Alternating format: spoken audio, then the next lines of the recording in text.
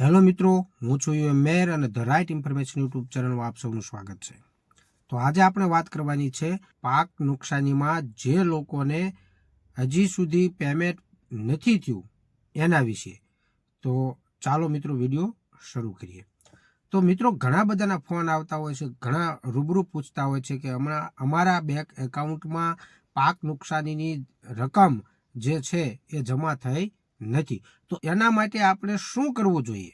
તો સૌ પ્રથમ જે બેંક ખાતામાં તમારું એકાઉન્ટ છે તે એકાઉન્ટમાં જઈ અને તમે ચેક કરો.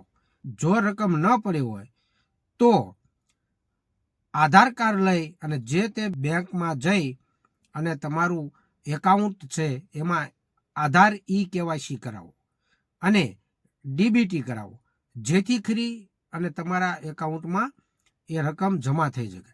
DBT કરાયા બાદ તમે થોડો સમય રાહ જુઓ અને છતાં પણ જો તમારા એકાઉન્ટમાં રકમ જમા નથી થતી તો લગત ગ્રામ સેવકનો સંપર્ક કરો. મિત્રો, જે પણ બેંક એકાઉન્ટમાં તમારું ખાતું છે એ બેંક એકાઉન્ટમાં લેવડ દેવડ શરૂ રાખો. અમુક ટાઈમે એમાં 500-1000 રૂપિયા જમા કરાવો, 500થી 1000 રૂપિયા ક્યારેક એમાંથી ઉપાડ કરો, જેથી કરી તમારું એકાઉન્ટ શરૂ રહે.